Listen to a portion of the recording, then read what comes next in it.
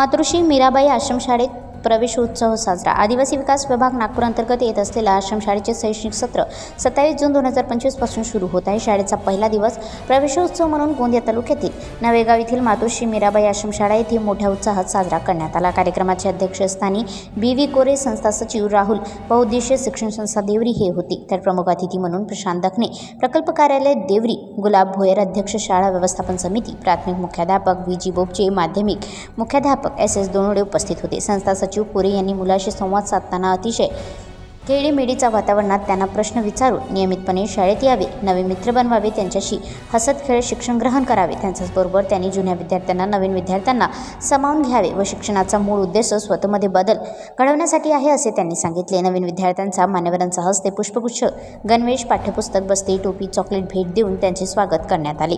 कार्यक्रमाचे संचालन पदवीधर शिक्षक अनिल कुमार आगासी यांनी केले तर आभार प्रदर्शन सुषमा गणवेरी यांनी मानले. यावेळी शाळेतील शिक्षक व शिक्षक कर्मचारी तसेच पालकवर्ग मोठ्या संख्येने उपस्थित होते.